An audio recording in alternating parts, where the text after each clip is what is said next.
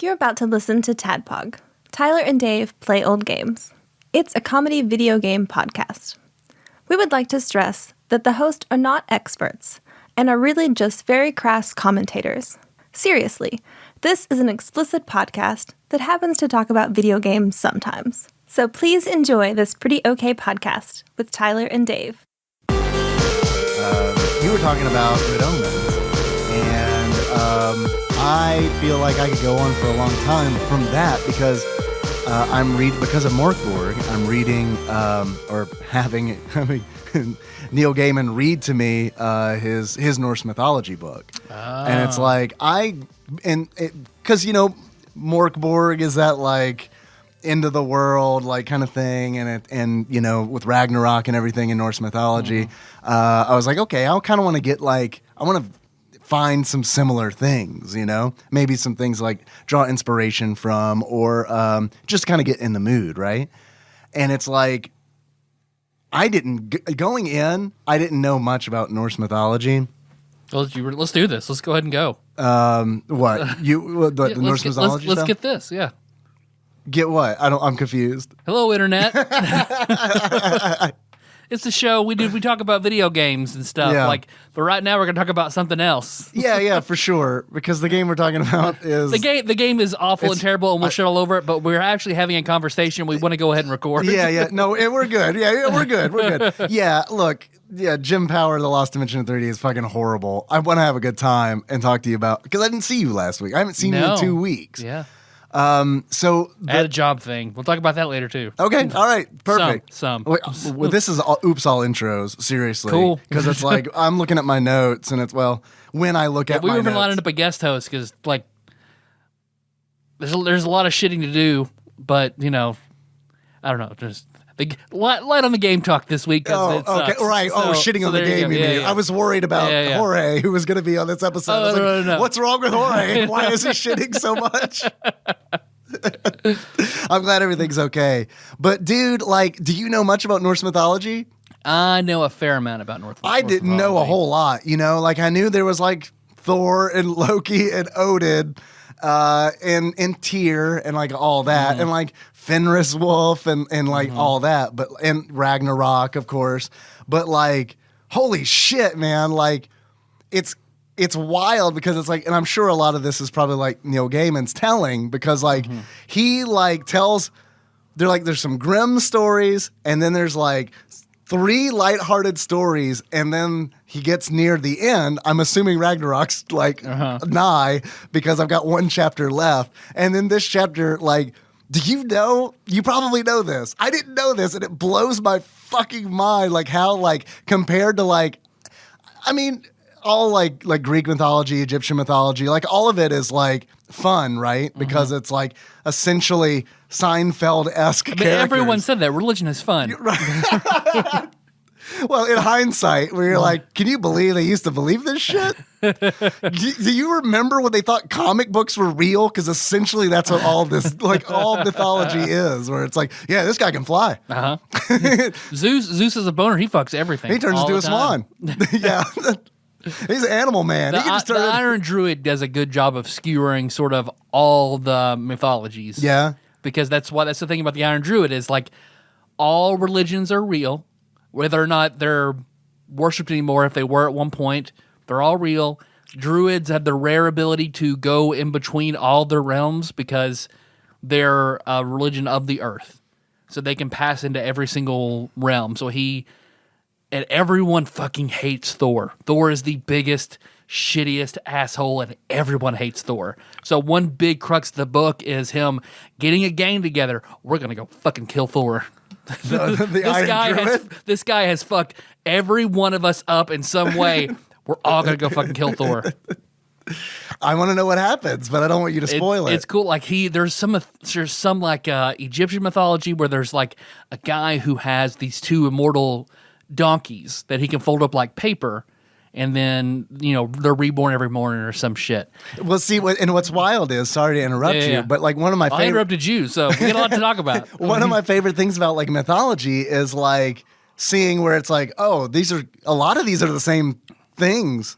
same stories and same little details. That's always the thing about religion. There's always a common thread. Just crooked slightly so, right? There's usually a flood that has something to do with the beginning. Yeah. Yeah. Well, because like Thor has Snarla and Grinder, the goats that pull his chariot. And it's like they can be, as long as the marrow isn't sucked from their bones, and if they die, he can wrap them in a blanket and be whole, and then there they are, ready to pull again. So anyway, so the Egyptian god, sort of like that. Like he finds the Egyptian god. Thor's like, "Hey man, let's kill and eat your donkeys." And he's like, "But you have goats that you can bring back the next day. Like, why don't we have them?" Dude, I eat goat all the fucking time. Yeah. I'm tired of goat. Let's eat your donkeys. I'll bring them back. It's okay.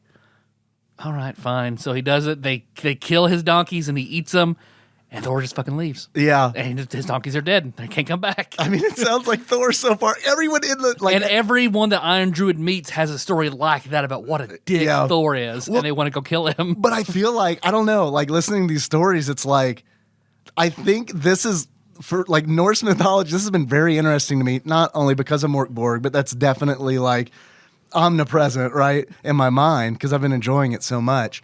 But it's also like straight up, it is like the pantheon is essentially like they're fucking petty, and it's like, and I mean it is what you would probably expect, like gods to be like mortals who become gods to actually be like. Sure, yeah, no doubt. But it's like it goes beyond that with the Norse mythology, because I just got to the point, I had no idea like what the end looked like for Loki.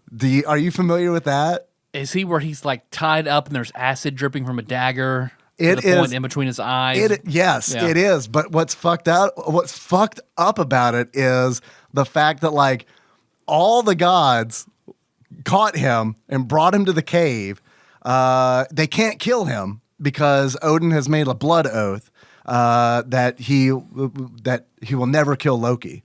But they say when they bring Loki down in the caves, his wife and his 2 sons are there, and they're like, "Oh, we never said we couldn't kill them." And then they turn one of his sons into a wolf that then disembowels the other son while Loki watches. They take the entrails and string Loki up with his son's entrails, and then put a snake up on a stalactite where it drips acid on his face. Yeah, well, don't be such a dick, Loki. Come on. I mean, to be fair, Loki was like a super dick, but it's one of those where it's like, what I love about it is, so like what Loki does is fucking despicable, and it's like justice needs to be had, right? I mean, because like he tricks one brother, he tricks Baldur's brother into killing Baldur, essentially, and so like they fucking round up this mob and get Loki, and it's like, yeah, well, he needs to pay for sure. Oh, but not like that. Holy shit, because that is like, that's not justice. You all suck. But I think that's the point. Yeah. I think that's the point. Yeah. They just all suck. I mean, Greek mythology is similar in that. Yeah. I like how Iron Druid takes on them too. Like the Greeks and the Romans are similar and generally always together. They kind of mirror each other. But like Jupiter and Zeus are different in that they look the same, but Zeus always speak different languages. Zeus always has a throbbing erection, and his eyes are darting around, constantly looking for something to fuck. Looking for a hole. Yeah, exactly. Yeah, man, this is my first. I haven't read any Neil Gaiman books before. Like, this is my first. I mean, he's a fantastic author. He's great, and he narrates it, and it's like, this is fantastic. So, like, now I want to, like, I guess, and you talking about Iron Druid, because isn't that essentially how like American Gods is set up? Oh, God, American Gods, yeah. American Gods is so fucking good. That's the next thing that I want to read. Yeah, American Gods is amazing. Yeah. All right. Well, cool. Yeah, that's my next thing. I've really enjoyed this Norse mythology. I mean, I realize that the stories aren't his own, but I mean, like, he's arranging them, right? And like, I don't know, choosing fun ways to tell the stories. I'm assuming that like he's leaving in the good details and kind of like hand waving some of the shit. There's plenty that of doesn't bullshit matter. and plenty of boring shit, you know. He knows how to tell stories. Yeah, for sure. I downloaded his master class on on storytelling. Yeah? Yeah. Let's you fire it up, man. Yeah. Let's do it. All right. Now. TADPOG presents Neil Gaiman's masterclass. TADPOG presents where it's a new podcast where we play a bootlegged masterclass every episode, and then we're just quiet so everyone gets it for free. It's called Noob Class. It's really good. I feel like I need noob class, honestly. The older I get, the more it's like, man, it'd be nice to go back to like when I was a kid and I thought I knew everything, as opposed to like being adult and realizing that I don't know nearly enough. That is the true sign of wisdom. Knowing you know nothing. Oh, what you been up to? Work, and then so last week it was a whole big thing. Like Norton's like NICU has been wonderful to Jack, and their neuro is wonderful. I cannot say the same for their GI program because Jack has a G tube and he still like doesn't eat a whole lot by mouth. And we're still trying to figure out because he throws up, trying to figure out the balance to that. And Norton's GI was just like, yeah, feed him this really slowly on the machine 24/7. It's like, no. Yeah, that doesn't sound optimal. Like if someone's allergic to something, I'm not gonna like. No, here's some shrimp. Just eat real slow. Just a little bit. Just like a little bit. Is it going to help the allergy? Not at all. I don't No, know. not a bit. I don't know. We'll see, won't we? Just a little bit. A little bit. Because they were pushing shit that just like he couldn't do it. And they insisted upon, no, this is the thing. You have to feed him this. And then like I'll look it up and like, I mean, there are a lot of kickbacks to be had from Nestle. So Yeah. it's like, all right, fuck that. Fuck this thing. Big chocolate. Yeah. Fucking the Fuck big hospitals chocolate. up. So just an hour and a half further to Cincinnati is the second best children's hospital in the nation. Mm-hmm. So we called them up and they were like, yeah, come on down. Yeah, that's So awesome. so we went.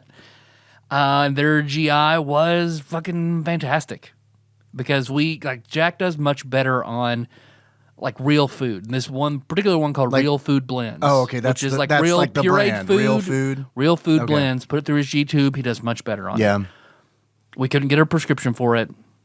We were buying, what we could out of pocket to give to him, but it's super expensive. Sure, yeah. Trying to supplement it, trying to make our own. So we go to Cincinnati. We're telling his doctor about it, and can we get a prescription for this? He's like, yeah, okay, that's fine. We can do that. I'll have the dietitian call you, and we'll set that up. How about we do this test? Oh, and Melissa had been talking to the doctors, can we do this test? Yeah. Forever. You mean at the other hospital? Yeah, Norton's. And they were just like, no, just feed him real slow. Fuck you. Yeah. In Cincinnati, they weren't like, oh, wait, let's consult with Nestle before we make any decisions. Exactly. So they were just like, yeah, okay, how long are you going to be in town? Okay, we'll squeeze you in Wednesday. It'll be great. All right, cool. So then he gets they are immediately set up testing. They're, wanted to explore all the avenues. They also, Norton's wanted to put Jack on medicine and then test him. But the medicine is to prevent the point of the test. So Melissa was just, why are we giving him this medicine that masks the test? The results. During the test. Yeah. We brought that up to the doctor, and he's like, yeah, we're not going to do that. We're going to give him this medicine that doesn't, but that will help him, and then we'll give him the test for the thing. So... You're waiting on the results still? Well, a little bit, because it was like an emptying test to see how quickly he digests food, because I know it's slow. Mm-hmm. So I'm trying to look at his pylorus muscle, where it's basically the sphincter at the bottom of your stomach is like the Hulk, and it'll close up and nothing really goes through the very second quickly. Sphincter. Yeah. The one I can never that. quite reach. And Jack he's small for his age, so we also took him to Vanderbilt, and they're doing some genetic testing to see if there's any sort of metabolic issue. We're still waiting for that. So, but I feel much better going to Cincinnati. Much better. Good. I'm glad. Much better. I've only been to Cincinnati once, and that was to see the Mythbusters. So you and I probably had similar Cincinnati experiences. Pretty similar. Adam Savage was involved in both. And it was when I lived in Lexington, so it was like an hour drive for me. Yeah. So again, probably real super similar. I went through a big tunnel, man. Because I took off work Thursday and Friday, so I could be there for his test Friday. And I was going to be there through Wednesday because I also had to go to the corporate headquarters for my company and interview. Right, yeah. So it just worked out. They were like, all right, we'll do the testing Wednesday. We'll see him on Friday.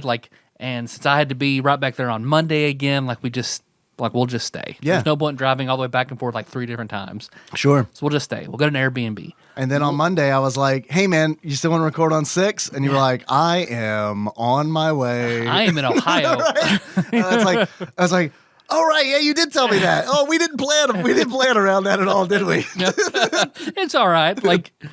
I was like, well, if he really wanted to record, he probably would have said something. So, let's just do something else. No, I was, to be fair, when I knew it was completely off the table, because I was like, oh, if he's in fucking Ohio, it ain't happening. It was almost immediately oh, I get the week off. That's a pretty fucking fantastic, because it's this is fun. Doing this is fun, but it is also nice to not do it, every once in a while. Yep. Yeah. Just to kind of just de-stress a little bit. Yeah. Not have to worry about getting something It's out. only been 7 years. Yeah. Yeah. Of us doing this every week. Almost 8. Almost 8 with we've never not published an episode and really only missed 3 weeks in the entire time. So. Yeah, I think that's right. I'm trying to think how many Patreon bonus episodes that we've had to release. And I think it is 3. Yeah. Because we did the Mario Brothers movie, Super Mario Odyssey, and then the most recent one, last week's episode, What the Kids Say. And they got very good response. I'm glad we can open that up to a bigger audience. It's a great episode. And it is one of those where it's it was...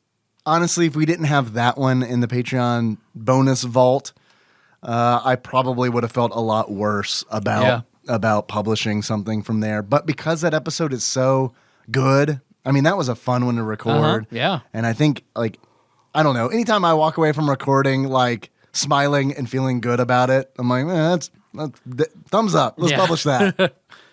Because Jorge messaged me, and he was like, man, your stepdaughter did a really good job. When I was 16, I could not have sounded that good. So I told her, I was like, hey, my friend who has a Netflix special, or not Netflix, Amazon Prime, on Deportable, Jorge, Amazon Prime. Link in the show notes.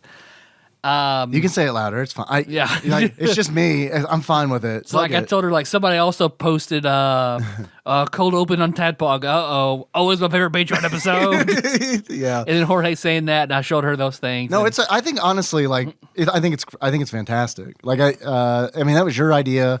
I think it's a fantastic idea. I think she did great. Down to do something like that again. Yeah, we talked about doing one with her and Artsy AJ about memes. Yes, and we definitely need to do that. We need to do one with Kenna about memes, apparently. Oh, yeah. Episode 2 of Kenna's Piggy podcast. But I do always feel bad when we do pull from the bonus episodes just because, we just gotta. It's for a good reason. It is for a good reason, but we gotta get some more. We gotta get some more bonus content up on Patreon. So yeah, we've got some good ideas in the barrel. Yeah. So I finished Phantasmagoria last night. I wish I had to go to bed before I could watch you finish it. God, I watched you running and getting your head torn open. Oh, you saw that? Yeah. All right. Man. I was working while I was doing it, so my actual keyboard was far away while I was on my laptop, so I wasn't saying anything, but I was watching it. I'm glad you got to see it. That was such a fun fucking stream. Yep. I'm going to stream more adventure games, horror FMV adventure games. Really? Because even Melissa was like, this looks pretty good. I like this a lot. Yeah. Like the game or the stream? But yeah, both. Because she Nice. was in the bed behind me like, this is fun. Cool. I like this. Yeah, it was fun for me too. It's one of those, and what's crazy is, and we were talking about it on Discord today, where Guitaru Man Dalton was like, I got some recommendations for you if you're looking for some more, adventure games. I was like, sure. And then, but here's my criteria, because I hate this genre. That's where like a lot of the fun comes in, because it's like I hate this genre, so I want like Don't expect me to love it. I'm going to skewer it and have fun doing it. Right. Because Monkey Island was mentioned at some point. I'm like, nope, people like that one. I hear that's like a great one that everyone loves. Yeah. I want FMV, B movie level. So Night Trap. Night Trap, that's on the list. Yeah. You want to hear the list? Let's hear the list. I mean, Night Trap's on there. Phantasmagoria 2, I imagine, is on there. Phantasmagoria 2 is on there. Let's see.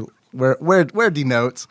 Some of these I didn't even hear of, but man, I checked out the trailers for some of these, and it was like, yes, this one, yes, this one for sure. Like Shivers and Shivers 2. Nope. Never heard of Ripper, Bad Mojo, Gabriel Knight 2. Overseas Philip popped in at the end and was like, you should play Gabriel Knight 2. And I thought to myself, for an instant, I was like, but don't I need to play Gabriel Knight 1? But I was like, nope, sure don't. Not for this. Overseas Philip is popping in from, Eastern Europe to tell me about an FMV horror game. Like, all right, it's on the list. Yeah, it's totally on the list.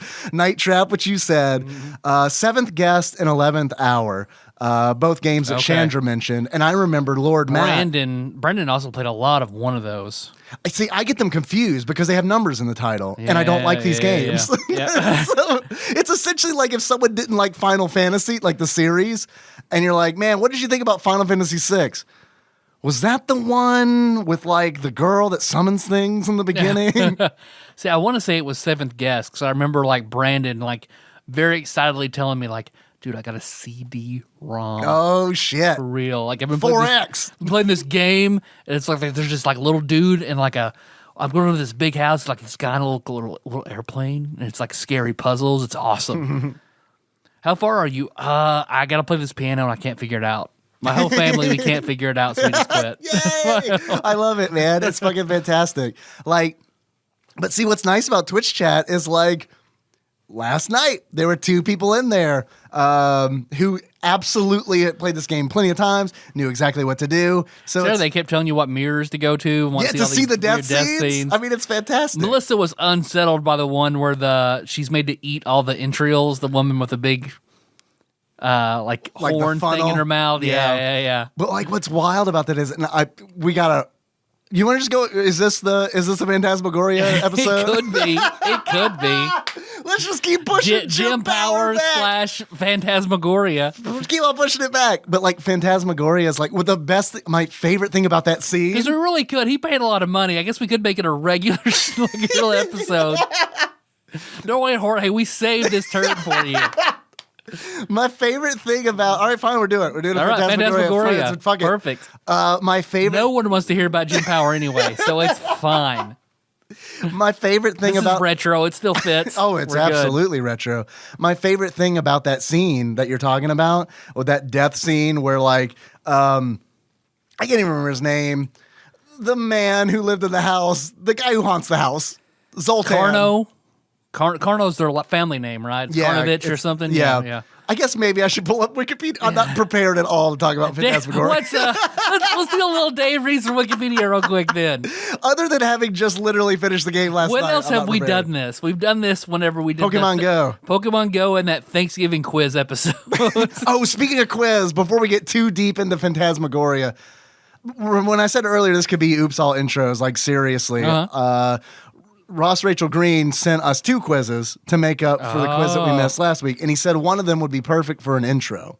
Okay, let's do it. But before we do that, I do want to finish my thought about the scene where the man is killing his wife by force feeding her things through a funnel. Is it his wife? Is it him just killing his multiple wives? Yeah, that's pretty much. That's pretty much it. That's like the curse of the house kind of deal, where like. We'll get into it. Yeah. But like, what makes he's a real reverse Elizabeth Taylor. Gotcha. What makes that scene like fantastic is what like pushes over for me from like uncomfortable to laughable is like him naming every piece of like meat that he pulls out of the thing to feed her. Oh, and now, oh, pickled entrails. He's like picking up spaghetti and it's like brains and marinara. Like. Yeah. What? Yeah, it's pretty dumb. I said Elizabeth Taylor, and while I love all the older women, all the grandmother figures in my life, I have yet to really come across a older female figure in my life that didn't tell me when they were younger they looked like Elizabeth Taylor. Hold up. That's like the go-to. Like when I was young, I looked like Elizabeth Taylor. Oh, that's what they say. That's what they say. Okay, that's not what they said to you. What the kids say was the last episode. What the olds say. What the olds. I looked like Elizabeth Taylor. That's all. That's it. That's it.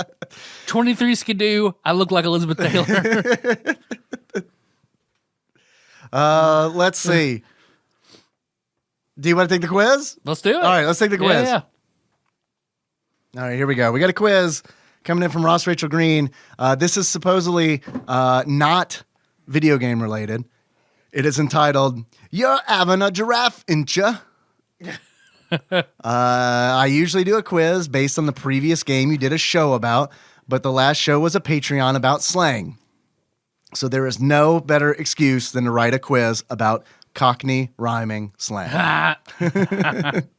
The rhyme will be written first, then it'll be used in a sentence. All of rhyming slang, is that a thing with Cockney? I guess they're all rappers. Yeah. Yeah. Is that it? They're all lady sovereigns. Well, that does explain a lot. Yeah. That does explain a whole lot. She was just the best one. She's the best Cockney. It's true. She is. All of these... A cockness, as they call Oh, a right. female Yeah, cockney. I'm sorry. It's a cockness. I need to check my privilege. All of these questions have to be read out in your most offensive Cockney accent. Oh, man. And I will write them phonetically. So the next 10 minutes of the show are just incomprehensible. Yeah, absolutely. That's the goal, I think. Yeah. Oi! Try harder. I understood that. better, warmer.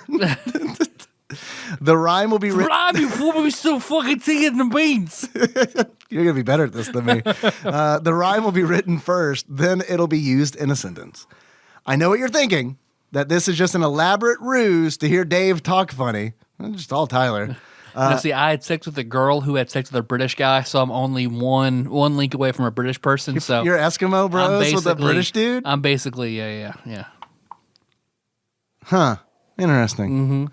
I was about to say I'm Eskimo bros, and then I was like, I don't know that guy's ethnicity. I was going to be like, I don't know. He's from Europe. Well, then you're good too. We're good. We got this. I know We he got wasn't this. British. Let's see. I think these are pretty easy, but then I suppose I have heard them time and time again. Enjoy. I don't know what we're supposed to do, but number one, skin and blister. Air your skin and blister is all right, isn't she? Would you like to read these? I think you probably would be more entertaining if you read them. You want me to read them? Yeah. I totally. Here, take my tablet. Read. All Read right. forth. Skin and blister. Hey, your skin and blister is all right, isn't she? And we're supposed to guess what it means? I guess that is something to do with a spouse. Like you're cooking a spouse, or like you're It's your old bone chain. you've made Whoopi so hard. That's what that means. It's your old cockness is what it is. She's blistered. She's a ball of skin. Aren't we all? Just balls of skin. What about blister? It's what about the fucking. So I think it sounds like a spouse, right? I don't know. That's A ball what I of skin? think. I'm good with that. So how do I work this a pad? Oh, you click on just tap on the little drop down box. And that tells you the answer? It should. That's your sister. Your sister. Is a blister? Oh, because it rhymes with blister? Is that the thing? I guess skin and blister, you put them together, a portmanteau is sister. I see. That seems like a long way to go on So I about guess it rhymes. Yeah. Okay, so we're looking for rhymes now. All right. Not that it was rhyme with spouse.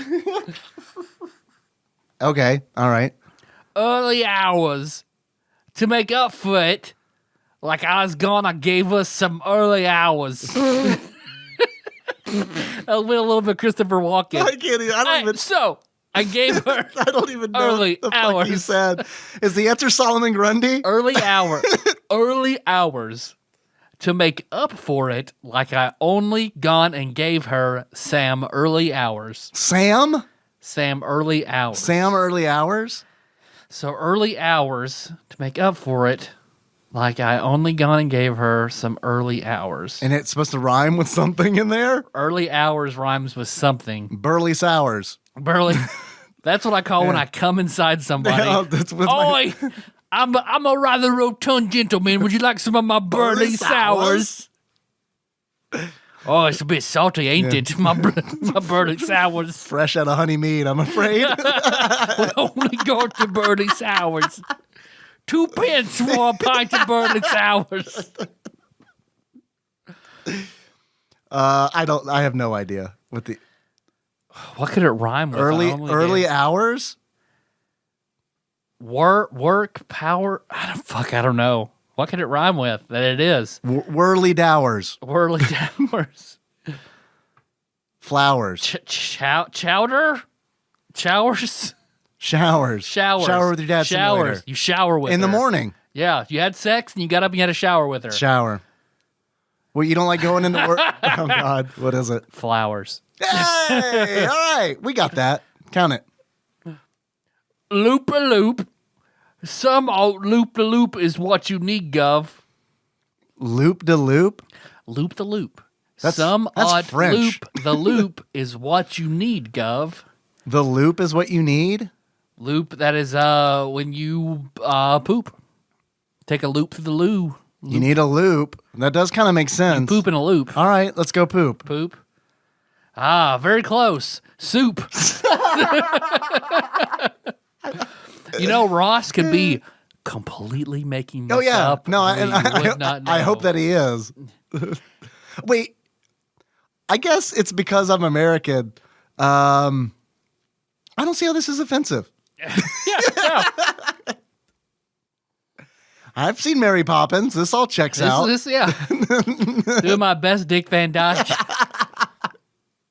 Adma Eve. Yeah. Do you remember? You remember that time British Dick Van Dyke talked about fucking his wife and then taking a shower in the morning? Giving her some flowers burly and taking sours. a shit. Hold still, Laura. Clean your chimney, Mrs. Petrie. Adam and Eve. Would you Adam and Eve it? It's only gonna get himself locked up.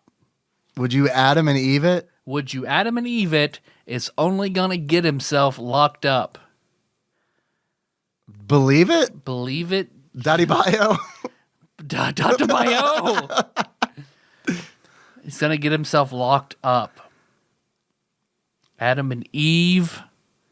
Extreme restraints. Which is better? Adam and Eve. Cleve. Steve. Deve. Feeve. Cleve. You know it's not Adam and Eve, Tyler. It's Adam and Thieve. Adam and Thieve. So I guess it's you steal something, maybe. Yeah. Thieve. Yeah, you give them the old Adam and Eve. That's what I say. Final answer? Yes. We were right the first time. What? Believe. We said it. We know We got it. That's we fine. Count it. Boat race. Boat race? Boat race. Right in the boat race it was. Water mug. Right in the boat race. So it's in your face. Yeah. We just got to go with our... Ross, you're fucking making this shit up. No one calls their face their boat race. Face. Face is the correct Put answer. your loop right in my boat. What was it again? You put your Race. flowers and soup in my face, me boat race. Boat race? Boat race. There's no way. Right in the boat race it was. What a mug. That ain't right. Bricks and mortar. I swear on me own brick and mortar I do. Quarter. Brick and mortar? Yeah. Brick and mortar. What rhymes with mortar? Border? Quarter. Sorter. Quarter? All right. Quarter like your house. Yeah, your quarters. You're living Yeah. quarters. Yeah. All right. Daughter. That doesn't even remotely rhyme. Swear on me own brick and mortar. My own brick and mortar. Mortar.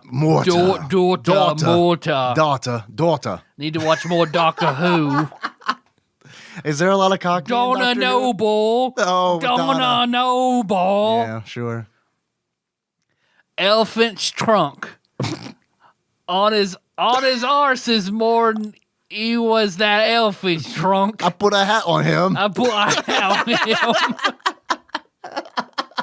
I want an apple and some cock.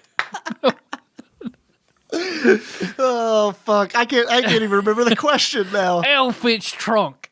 Elephant's trunk. Ella Fitztrunk. Ella Fitzgerald. Ella Fitzgerald. I would sing a ditty, but I can't think of a single thing she ever sung.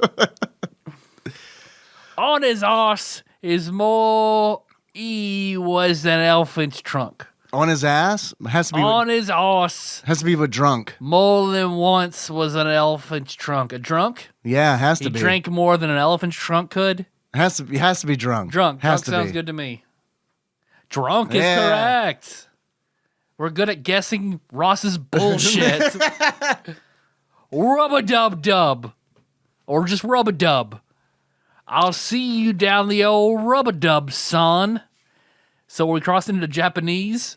Rub-a-dub, son. Rub-a-dub, son. Rub-a-dub, ni-chan. Rub-a-dub, good. I will go to rub-a-dub summer.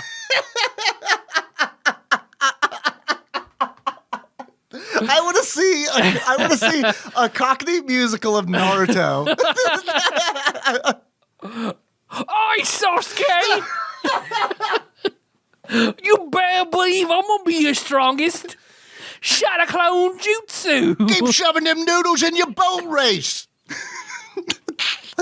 I fucking love ramen.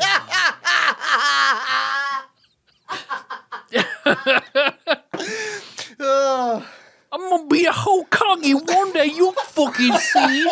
You fucking piss of Sharingan fuck. Okay, you got Western Kentucky at the end there. Oh, man. I think you meant Fook. Fusar Shangon Fook. I'm gonna put a ride soccer fucking loop I am. Coming to rubber dubs while I'm gonna Get some burly sours. my burleys. I'm gonna summon a frog and a bit of pussy.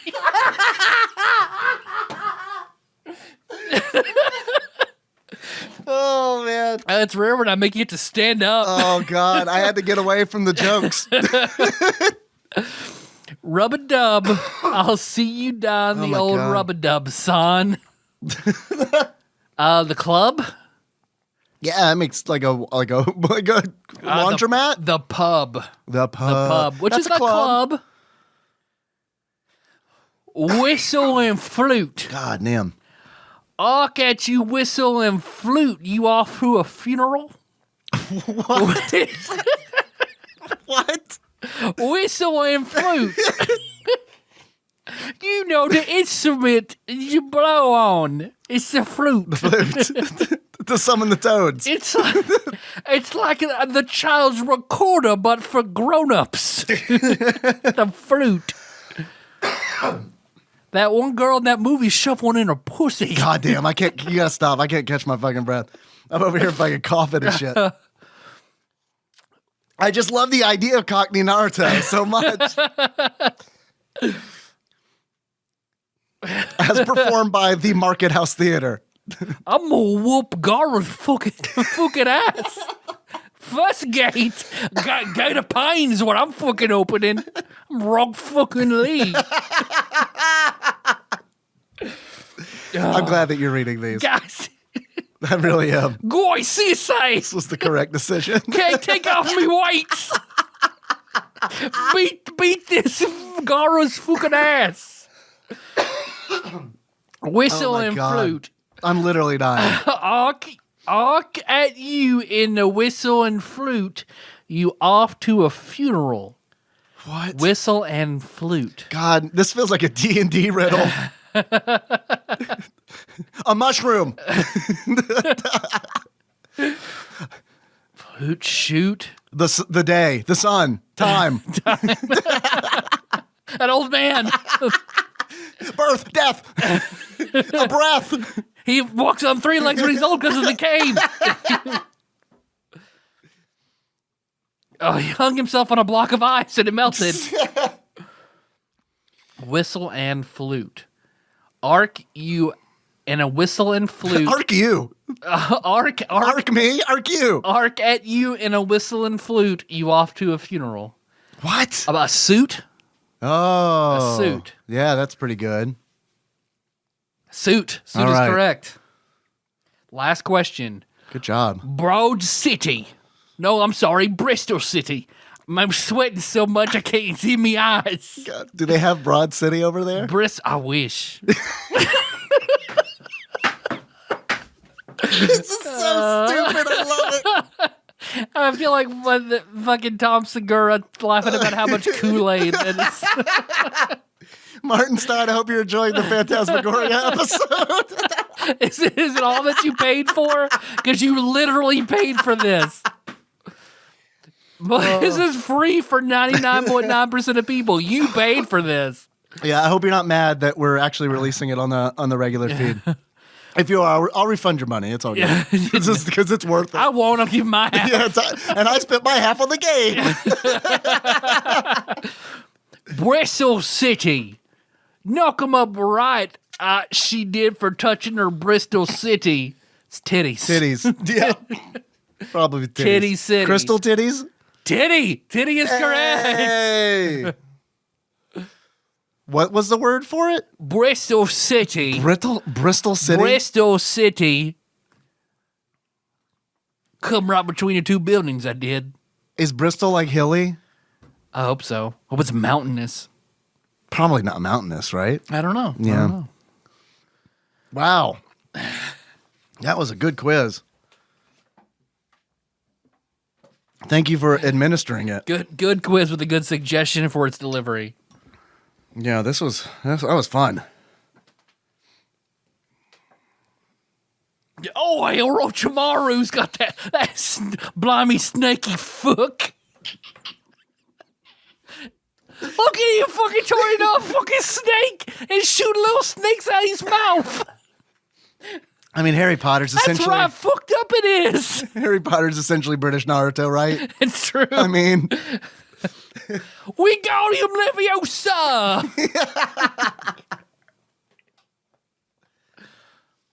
I don't know how Harry Potter plays out, but I don't know if Malfoy is actually Sasuke or not. It's not bad. Ooh, my goodness. Good. Thank you, Ross. Holy shit. You ready for more intro? Yeah. What you got going on? I've been playing Ark the Lad. Really? Yeah. Okay. Thank you, Charles Barkley. Shut Up and Jam Guided, which finally was like, which we did an episode on years ago, Yeah, and I remember playing it and being like, I need to play Ark the Lad to understand all these jokes about Ark the Lad. I'm wrong. I don't need to play it to understand them. It's a Oh yeah, I took my glasses off. yeah, they're fogging up real bad. It's all the joy fogged on my glasses, so I had to set them aside. I think you might like it. It reminds me of Shining Force. I think I own a few. Yeah. Yeah. Have you- Ark the Lad and Yeez, or however you say that. I've never played a those. Yeez game. I'd like to though. I just collect them. Yeah? That's all. There are a lot, and I collect them. What do you have Ark the Lad for? Did you get like the because there's Steam, a I collect? think. Oh, Yeah. I didn't realize it was on Steam.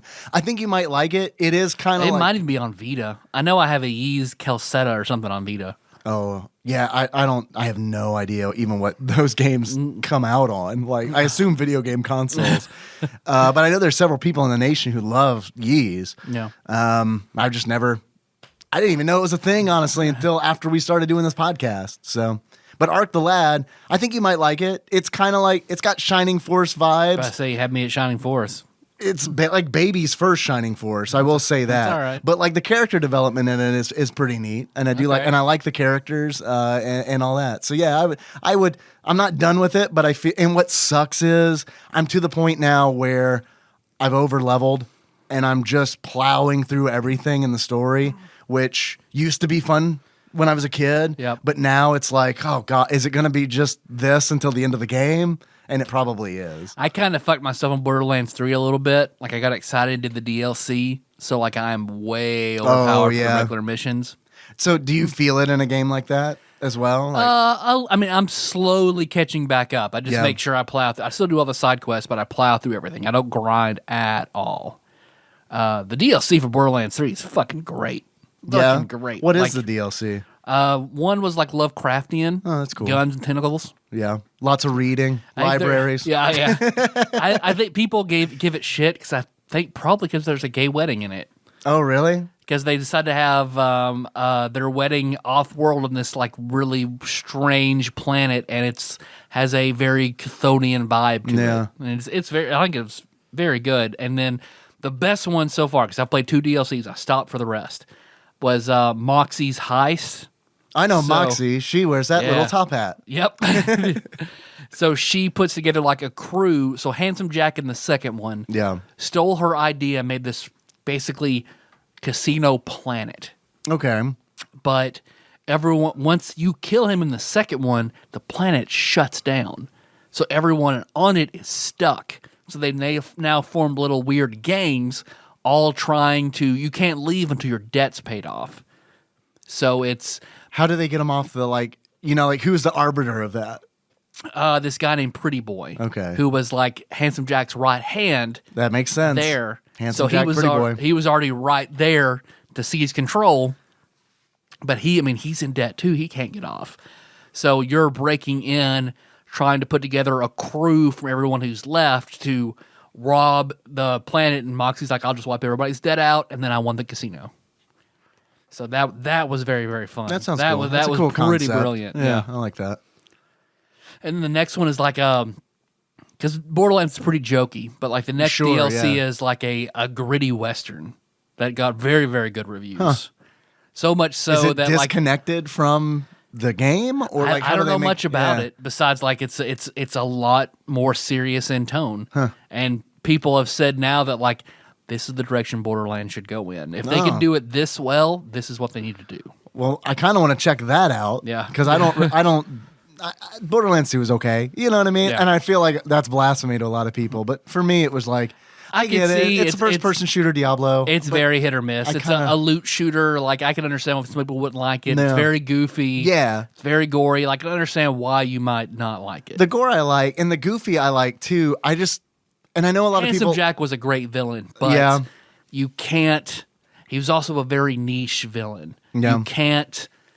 You can't out Jack. Like, otherwise you're flanderizing, trying to outdo what you just did. And they kind of tried to do it. I see what they were going through because the villains in Borderlands 3 are basically like insane YouTube stars. And they're constantly doing crazy shit for views and likes and subscribes. And they're incredibly annoying. Commentary.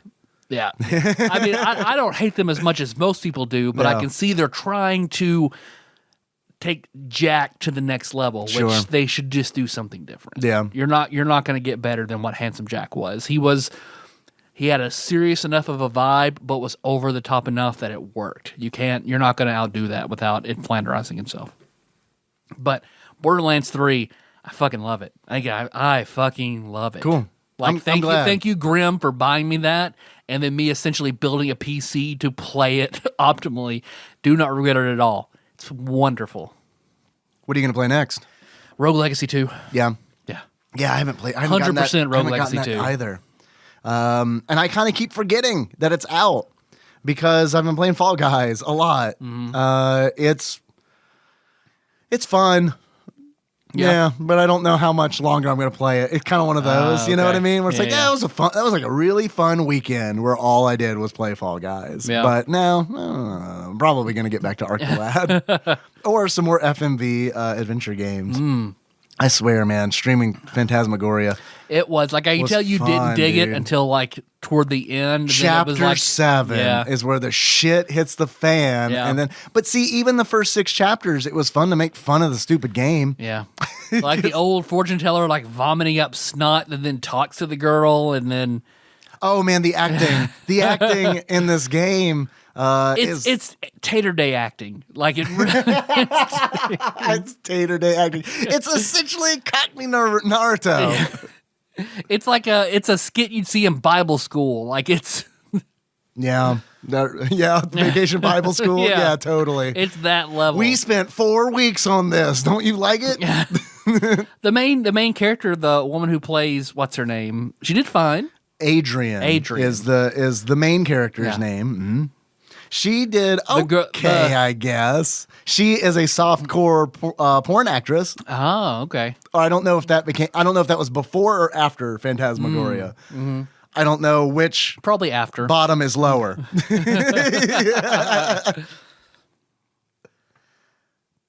Well, after this, have some guy suck on your tits and we'll put you in Night Trap. Which is basically the same thing. I've never played Night Trap. Neither have I. I've heard a lot about it. Of course, yeah, me too. Have you been watching the High Score Netflix docuseries? No, people were talking about it, but no, I have not. I'm trying to space it out. Like, I just watched the 3rd episode, which I started laughing because there is a second of Phantasmagoria of, like, Adrian, like, looking at herself in the mirror when they're talking about the creator. Yeah. And it was like, oh, well, I feel kind of bad for, like, not liking this game, but I don't have to like your art. You seem like a nice person, but I don't have to like your art. All right, Dave reads Wikipedia. Do you hear that? Choo choo. I'm sorry because let me get off this straight. Thank you. Let me hello lolly. Get on Lori, go to work. Of course, I hear that. In my ninja village. Of course, I hear your village hidden leaves. Those leaves get stuck in the chimneys. It's all sorts of work with the fucking activate my showing guard. I can see the fucking leaves going to chimneys. All right, so what are the faces on the Cockney Mount Rushmore that's in the Naruto village? Well, first Hokage, he got the wood. He's a wood man. So Robin Hood? Robin Hood's on there. Dick Van Dyke's on there, obviously. Oh, his brother, the racist. Second Hokage, he's just famous racist. Eric Idle, he's probably one of them. Eric Idle's the third Hokage. Fourth Hokage, Eric Idle, because he's very old. It's very old. Of course I hear that. The fourth Hokage is that one pedophile. That one? Jimmy something. Cutting all the boys' knickers, he did. I'm sorry, what? Cutting all the boys' knickers. I'm sorry, could you enunciate that? Knickers. They're pantaloons. Thank you, Mr. Cockney. Of course I hear that. My heart skipping a beat, which ushers in a segment we like to call Dave Reads from Wikipedia. It's Patrick Ewing's. His nick. I love the idea that Patrick Ewing is on Cockney Mount Rushmore in the Ninja Village. He's perfect. There are always similarities between Kakashi and Patrick Ewing. You know, I've always said that. Who would Charles Barkley be in the Naruto parallel? Naruto himself. Really? Yeah. All right. Sasuke's terrible. Not Muggsy Bogues. Was that the guy's name? Muggsy Bogues, a little guy. Guy. That's Rock Lee. Rock Lee's the Muggsy Bogues. Oh, really? Yeah. Okay. Well, wait. Which NBA player has a fox sealed away inside of him? Scottie Pippen. Oh, right. There he is. It might be Rodman. It could be. You're right. It's probably fucking Dennis Rodman. He went to Korea to try to get it out. He got with Madonna to try to get it out. Madonna, use your Kabbalah. I sealed his fox with the British Dennis Rodman. Kim Jong-il, please. Only one way to kill a fox with another fox. Am I right, Madonna? Isn't it? Is that fox hidden in your gully? Let me put my Frankfurter boat on your face boat. I mean, call me a lecturer. She's foxy, right? I'll do that. I hope that Dennis Rodman and Madonna had the most vanilla sex you could possibly imagine. 4.5 minutes of missionary. of hand holding. Oh, it was sweet. Yeah. Well, it probably was. They cuddled and then they watched Frasier when they were done.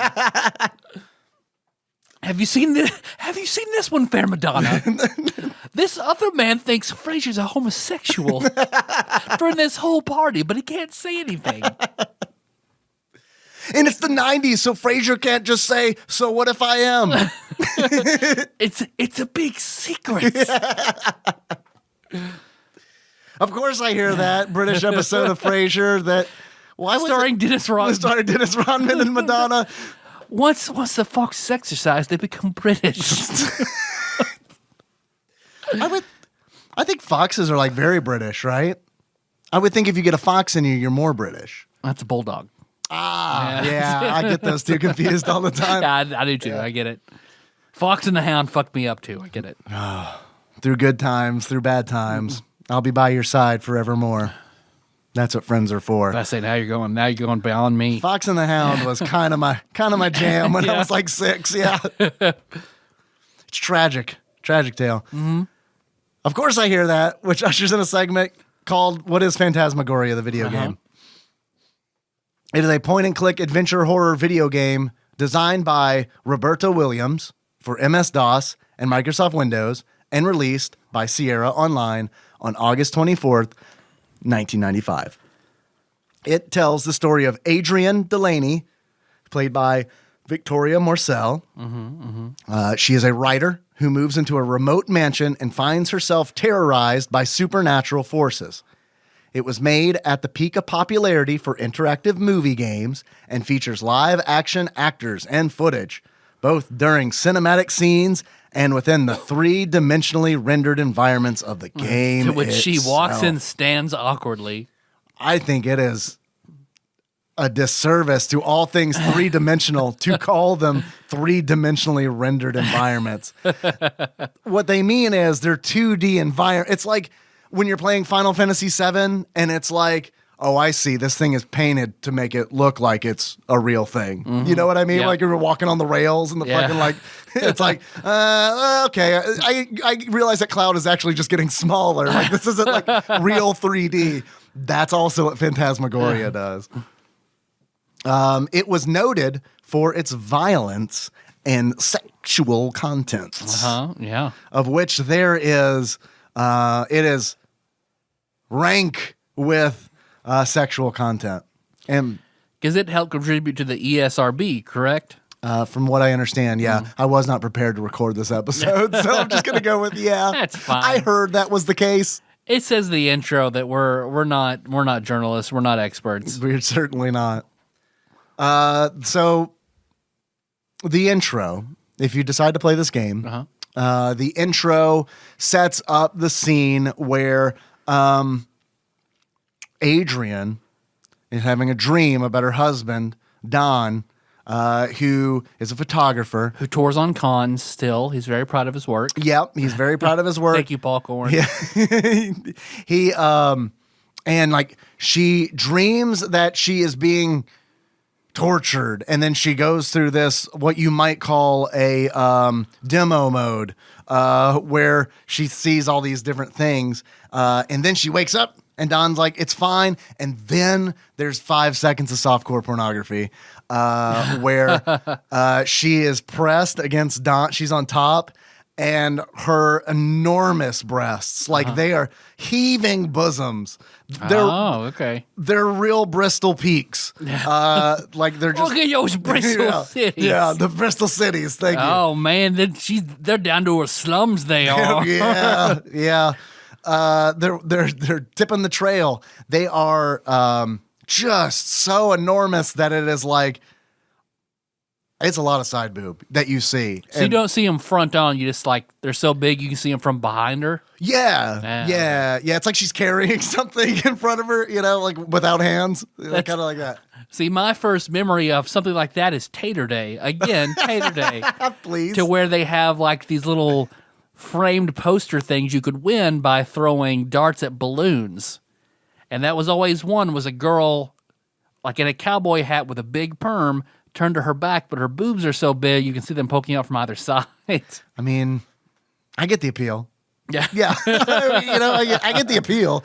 It's just weird to see in a video game, especially because, like, we've been playing Super Nintendo games. So, like, everything about this game was fucking weird because it's nothing like a Super Nintendo game, because it's not, but also it is from that same era. So everything looks low res and shitty, and it looks shitty, and it sounds shitty. But I will say this, the low residness of the game makes all the fucking gore so much better. Because, like, the only thing that matters in this game is Chapter 7.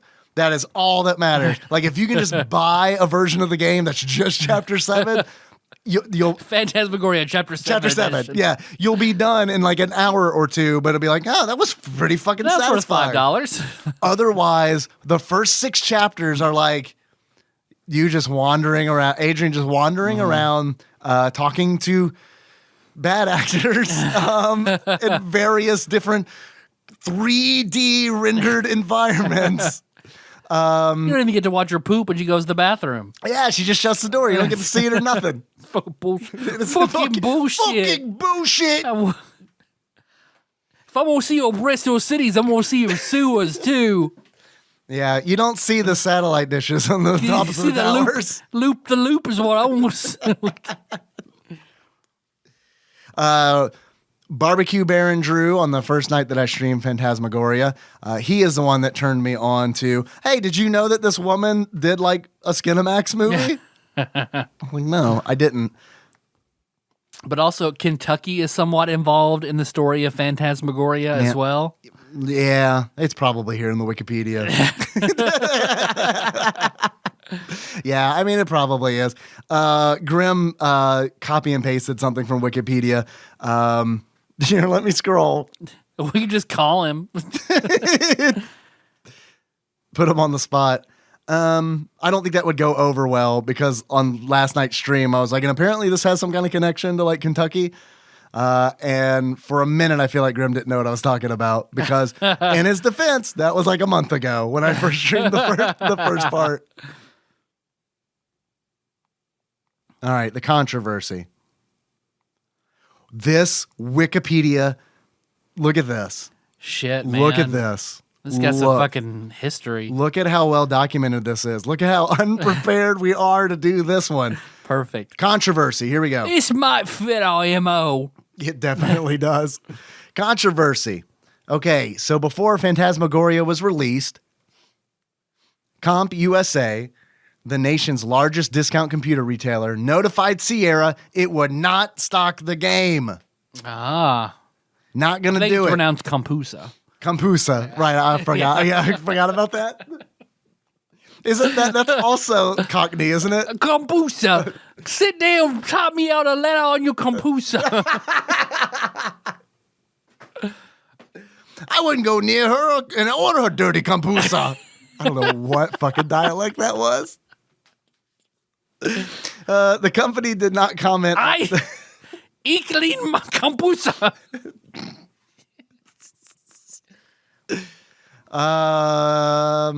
Mein Liedchen's Compusa. We're going to take a break. Ich liebe die Compusa. What? Did you just summon an imp? I did. I had one German role in college. That's the truth. Oh, Compusa did not comment on specific reasons for their decision to not stock the game, except for a written statement from Chief Operating Officer Hal Compton. Oh, all right. Straight out of Compton. His software. Straight out of Hal. And spoken much like someone straight out of Compton, software comes out all the time. Some we buy, some we don't. This violence in the game is too realistic. That's paraphrasing. Probably couldn't tell that. Flawless. Analysts believe Compusa objected to the realistic violence in the game. Well, no. Lee S. Isger He's got it. Eastgard of Jeffries and Company, a global investment bank that followed the computer game industry, said Kampusa's decision probably would not harm overall sales of the game, and that it could, in fact, help it generate publicity. There you go. Yeah. He added that, quote, "It's probably one of the bloodiest games ever," end quote. I don't know about up to that point. Let's see. This was 1985. Mortal Kombat. Mortal Kombat wasn't out till like I think it was right around this time, wasn't it? 85? 95. Oh, okay, 95. 95. I bet it was a little earlier than that. Mortal Kombat was 1992. Yeah. Mortal Kombat's way bloodier than this game, but it's cartoonish. That's true. This isn't cartoonish, it's just unbelievable. Like, the practical effects, the low res. It's too realistic, that demon reaching into that girl's eye sockets. It's a cartoon demon. And that's why I fucking love the Chapter 7, because all Chapter 7 is, it's like fucking Peach Dragon, it's like Roger Rabbit, it's fucking Adrian running around in Toontown while like a fucking serpent Diablo is it's like, he looks like Dagon is chasing her. And like when he catches her, the low res practical effect of like him, the cartoon, reaching his fingers into her face. Yep. Digging his nails in and then literally pulling her face apart. They put a wig on a cantaloupe and then just pulled it in half. It does. It looks like something from The Soup circa 1995. I'm sorry, Talk Soup at the time. Oh God. Oh, and then there's also, so the thing that happens in the game is Don, you like the Chapter 1, you're Adrian, and you accidentally knock a spirit loose, and it like hits Don on the head, and Don's possessed then. He's possessed by the same spirit that possessed Zoltan, the illusionist, known for his famous trick, the Phantasmagoria, which I think involved like tying himself to a chair and then burning. But anyway. Oh, while the axe swung at his face or whatever, trying to get out. Right. Yeah. And that's like Chapter 7, kind of like, that's the crux for Chapter 7. Did you ever find out what the ghost was above the crib? Yeah, but I forgot. I mean, like, it's seriously like, it is so like, because there is a room in the mansion. Consequential to the bigger scope of things. Yeah, things. it really is. Like, I understand what they were trying to do. They're trying to like build atmosphere and tell a story that you should care about. Like, their world building, their mansion building, and building atmosphere. And I want to play the Phantasmagoria version of Resident Evil, where you're live action Jill going through the mansion. That would be great. That'd be great. Like a remake, like a ROM hack. A shotgun. I wonder if I should take it. There are no green herbs in the game, as far as I know. But that's okay, because you, as far as I know, cannot die until Chapter 7. So that makes a lot of it feel inconsequential. And obviously, it's 1995. You're not making any decisions in this game. You know what I mean? Like, there is a story. The object of the game is to find the story and get on that rail and then try to find the next story, like the plot point. And it's like, why don't you just tell me the story? Although I was impressed at one of the deaths that you saw, which was, I guess, what's his name? Christopher Nolan stole it for the Joker whenever one of his wives is drinking. She's really drunk. She slashes wine in his face, and he grabs her head and slams her eye into the bottle. Yeah. And she leans up, and she's got the bottle penguin style for an eye. Want to see a trick? Have you seen the new Batman trailer? Looks that just good. Came out? Doesn't it look fucking good? It does. But I also don't know if I'm just like a serious Riddler. Okay. I also don't know if I'm just a sucker for slow covers of Nirvana songs. Oh, I'm just a sucker for our Pats. Oh, I know that. You don't have to tell me that. I know that. I don't think. Although I love that Ben Affleck is going to be in the Batman and the Flash movie. I've never seen Ben Affleck as Batman. So best, in my opinion, best Batman. I don't know, man. I just kind of, gave up on the DC stuff. Aside from like Joker. Oh, I get like, it. I mean, totally get it. And I saw Wonder Woman. And I thought Wonder Woman was. I've heard Wonder Woman is the best one of the Justice League. Their version of the Avengers that they're trying to build to. I'll say that it's still not great. Like Wonder Woman's not a great movie. Yeah. It's a good movie. Like all right, okay. Like at no point when we were watching it was I like fuck, when is this over? Because I did see Batman versus Superman. Ben Affleck is by far the best part of that movie. Yeah. Him training and getting angry and trying to kill Superman is by far the best part. But the twist is terrible. The final battle is terrible. Like, I do like the photograph that I assume came from it always him. makes me laugh. Look at that thing on Ben Affleck's head. Look at that thing on Benny's head. The photograph of him smoking a cigarette and emotionally spiraling out of control, like inside, is honestly like whoever took that photograph like needs to be given an award because like this is like master level. Like you captured the essence of like an emotion. I post that as a meme, right? Where it's like, memed all over when you hear the the place. toy box dump out in the living room. Yeah, it's that one. It's that photograph. Okay. Yeah, it's been. Then the only reason I know it exists is because it's been memed. Yep. That's the way that I like to take my art in. Hey, that's art nowadays. Oh goodness. Well, we'll save that for our memes episode. That's our Dadaism. Patreon episode. What were we talking about? Phantasmagoria? Yeah. Yeah. The death scenes are pretty great. Where Zoltan is killing his many wives. The first one he kills is like in a greenhouse with a spade that he shoves in her mouth. And I mean, as a fan of spades in general, just gardening tools. Yeah. I mean, big fan. Yeah. Big fan. Yeah. Best Bob Vila infomercial I've ever seen. Sign me up for 10. All right.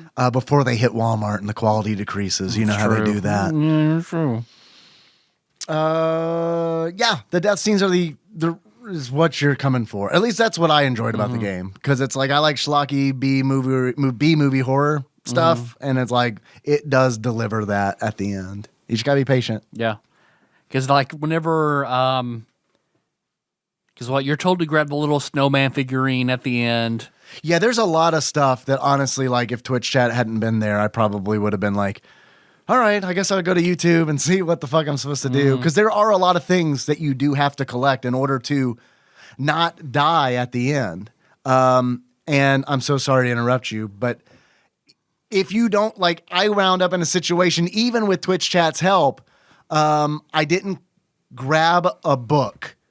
And I got to the very end, and chat was like, oh shit, you don't have the book. I guess you're just going to have to start the whole chapter over.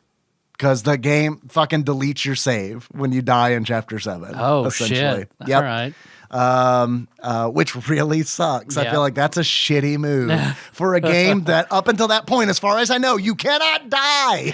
All of a sudden they're like, oh yeah, we forgot. Yeah, well, you haven't died yet, so you don't know. But if you die, you do have to start this over. Which isn't technically true. You've been Goriad. Yeah. You can retry, but it'll only send you back so far. So like the book is like the second thing in the chapter I'm supposed to do. And because I missed it, it's just like adventure game bullshit. Yeah. Okay. Which is why Do you have to try to like run? Because you get a little bit of running time to go somewhere. So you're trying to get back to that point to grab the book? No, the book is right there. Like it was even a thing that I saw and was like, oh, that looks like out of place, because you can usually tell in the 3D environments that, it's like those episodes of Scooby-Doo where like, what door is going to open because it's like, well, that door is obviously a different colored brown than all the other doors. Yeah. So it has like that effect. And one of the books definitely looked like that. I should have. Did it have the Stone of Hammurabi? The Stone of Hammurabi. Because you were Stone of Hammurabi. Yeah. The blood of the sentient. Yeah.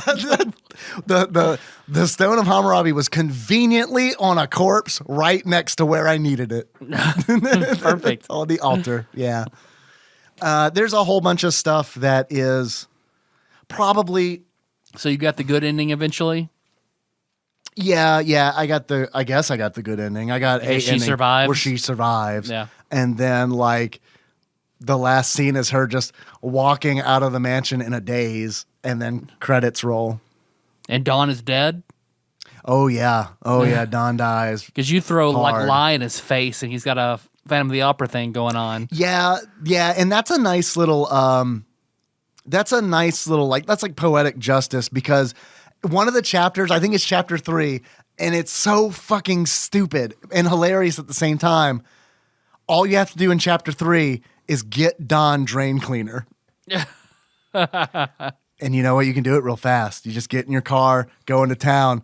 If you know where to get the drain cleaner, get the drain cleaner, drive back, give the drain cleaner to Don. Start chapter 4. I'm going to leave this right here. Right? So neither of us forget that it's right here. I'm going to go drown the cat now. Right. But what's funny about it is, and what's poetic about it is, they make that whole fucking chapter. That's like Kirchhoff's gun. I'm fucking. Chekhov's? That's a deli here in town. That's like Chekhov's gun. Chekhov's bread gun. Sorry, I'm Gluten gun.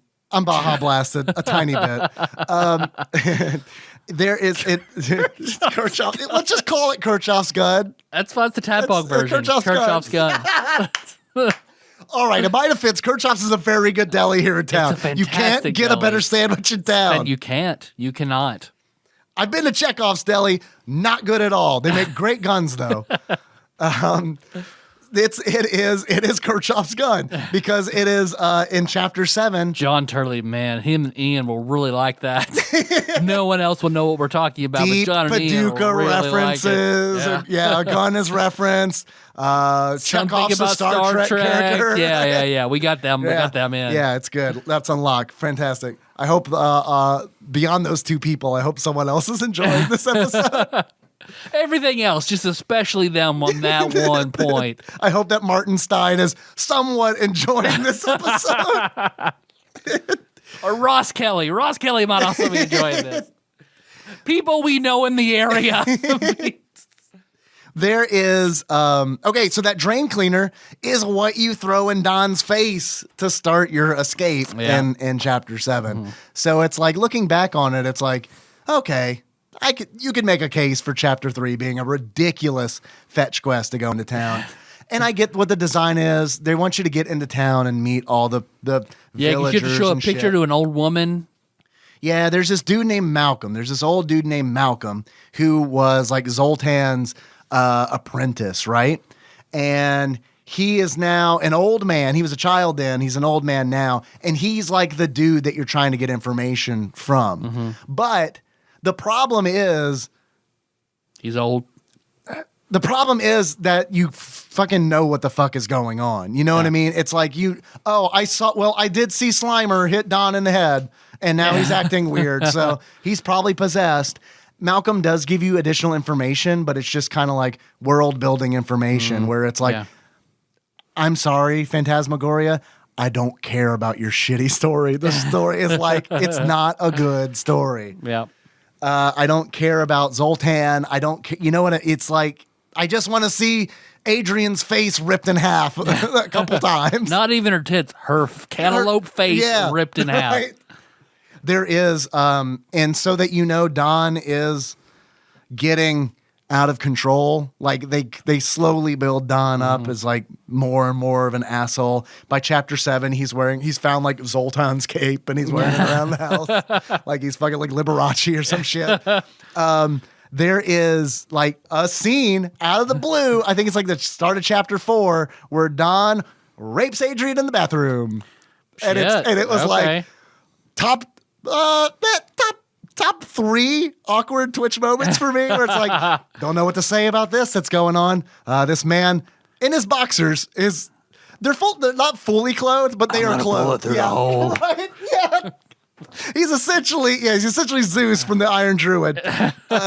Like it is so bizarre because Is it like behind a locked door? Like it's implied it's going on? No. Like how do you... She's in the bathroom and like he comes in and like he's loving at first, it's kind of it's blurred lines, but it's not. He totally fucking rapes her, and it is so fucking weird. It's awkward because, first of all, I'm watching a rape in a video game, and it's like, again. I didn't download this from any hentai site. I don't understand.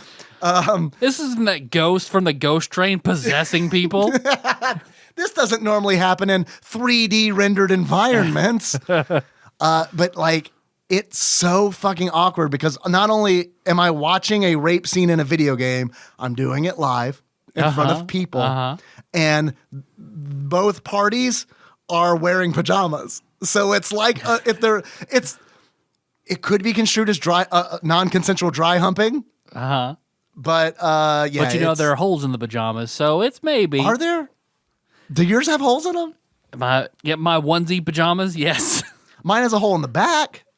Yeah, that's the rape hole for the pajamas. Can we name the episode "That's the Rape Hole in the Pajamas"? Rape hole in the pajamas.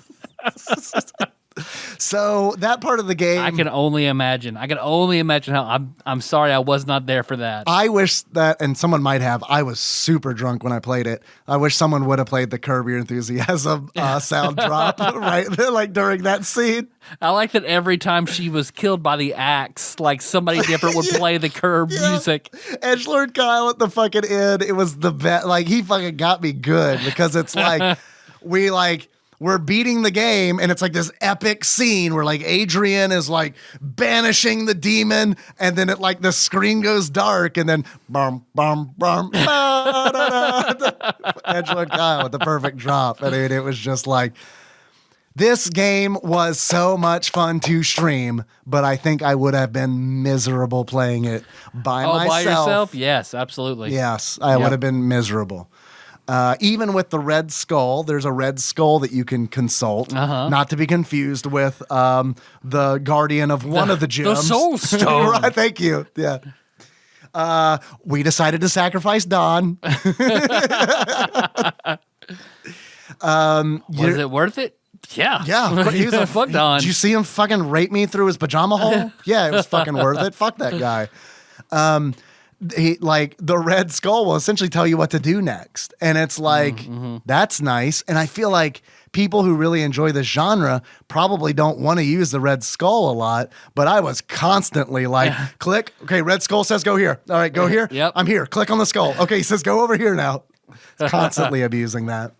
Then there's also this eye on like the right-hand side of the screen where it's like if you pick up anything that you don't know what it is, it goes into your inventory, and you can then drag it to the eye to get like a close-up view of it. And you can spin it around, which helps sometimes, except for the fucking letter. This is one of the reasons I hate adventure games, because inevitably you don't know what the fuck something is. It's a very obtuse use for it. Absolutely. Yeah. Or I literally did not know what this thing was. I got a cat statue on a desk. A catchu, if you will. Big on the portmanteaus tonight. Yep. Always. Yeah. So you got this catchu. That's a Pokemon, right? Yeah. Meowth person catchu. Yeah, that's just common sense. You get this catchu, and it's like, all right. And I think I asked the skull like what to do next, and it's like, use the letter opener.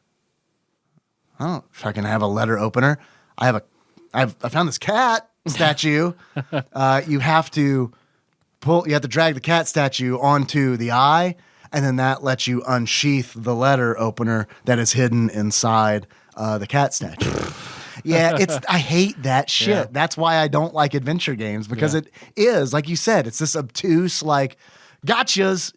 I hate that shit where it's just like, fucking, like, come on, right? Yep. And then you take these like fucking leaps of logic where it's like, what do you do with the letter opener? Oh, you break down brick and mortar with it. Give me some mail. Right, yeah. Fucking not going to mail all day. No, you use it to literally knock bricks out of a fireplace. See, yeah, that's... Meanwhile, I have a hammer in my inventory. that it won't let me use on the bricks. Yeah, and it's that's like fucking bullshit. it sucks because it's all built around this fucking letter opener. You have a hammer and Dawn's trying to kill you. Nope, Right. drain cleaner. Right, yeah. But it's like that's the riddle. The riddle is you need to figure out that the letter opener's inside the cat. And it's like, especially in an adventure game where I feel like things should feel real and make sense, have multiple solutions to the puzzle where it's like, oh, you have a hammer? Yeah, that could probably take bricks out. Yeah. It's like the difference between tabletop role-playing game and a board game, essentially. 100%. 100%. Where it's like, oh no, in order to get through this obstacle, I need this item, no matter what it is. Yep. But anyway, once you get through there, the game continues to suck. Yeah. I really, really, really enjoyed streaming it enough to where I really want to stream more Hell games yeah. like this. No, I could tell how good it was once you got to chapter 7. It was fun. Chapter 7 was a fucking It's like cherry on Fanta top. levels of laughter coming from you as she was getting her head pulled apart. Yeah. And it's like, and that's where you get to see all the death scenes of the other wives too, looking in the mirrors, you know? And I missed the scene with apparently Don kills the cat. I never found the You body. find its collar or whatever where he drunkenly passes out. Yeah. So yeah, it's kind of like, I don't know, man. It's like one half The Shining, one half Night Court is probably like the best way to sum this game up. Man, it's perfect. I actually plagiarized that. That's on the back of the box. So. I could scroll through Wikipedia and find talking points about the game. We got it pretty good. Pretty good. Oh, I do want to find out the movie that that the actress who played Adrian was in, though. Okay. Just in case anybody wants to check it out. I will point. Look, I will point this out. I did find nude photographs of her, at least a topless photograph that Barbecue Baron Drew Rowland procured for Discord. Disappointed. It was one of those cases where it's like I wish that they could have just lived the side boob could have just lived in my mind forever. And it's you be the judge. Look, everyone has different tastes in Bristol cities. You know my taste, so I'm assuming no go. Yeah, there's just a lot of asymmetry. Okay. Yeah. Okay. There's just a lot of asymmetry going on, and it's like it depends on what you're into. If it's all about quantity, You like Wabi you're Sabi, good. Bristol cities? All Yeah, right. Yeah, if it's quantity you're looking for, you're fucking set. If it's quality,